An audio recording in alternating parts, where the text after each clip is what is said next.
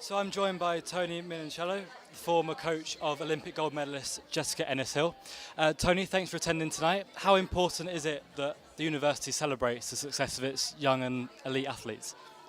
I think if you look at the importance of sport in life socially, and again, as it makes a fuller rounded student that they're involved in sport and activities, and I think the support that the university gives is absolutely fantastic and adds to the quality of educational life that you're going to spend either in 3 years, 4 years, maybe even longer at the university. So I think it's absolutely superb that a university celebrates this kind of thing.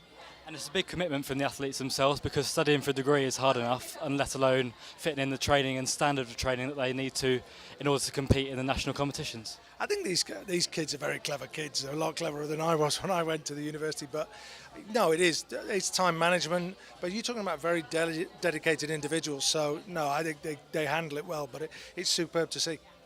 And you've spoken in a recent interview about the need to improve standard of coaching, to improve athletes ultimately. So do you see that changing in the current coaching environment?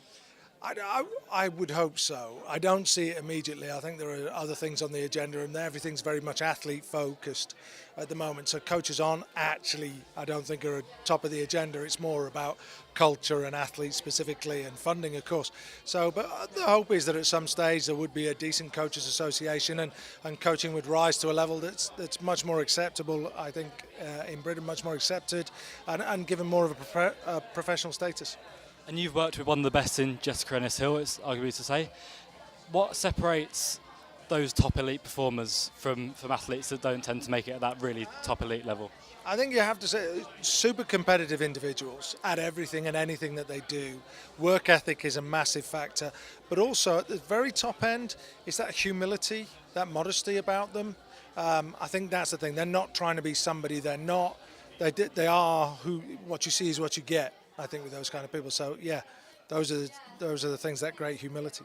It was touched on tonight in the award presentations that they're role models as well, and that comes with part of responsibility of being an athlete. Yeah, I think sometimes that's not recognised, and it's not an actual choice that an athlete would make or a sports person would make. But you are a role model. You are looked up to by lots of youngsters, and then because you're doing something that mere mortals can't do really, or 90% of the population can't do as well as you. So no, it's fascinating. It's great to see. And what's it like working with young people from your perspective as a coach?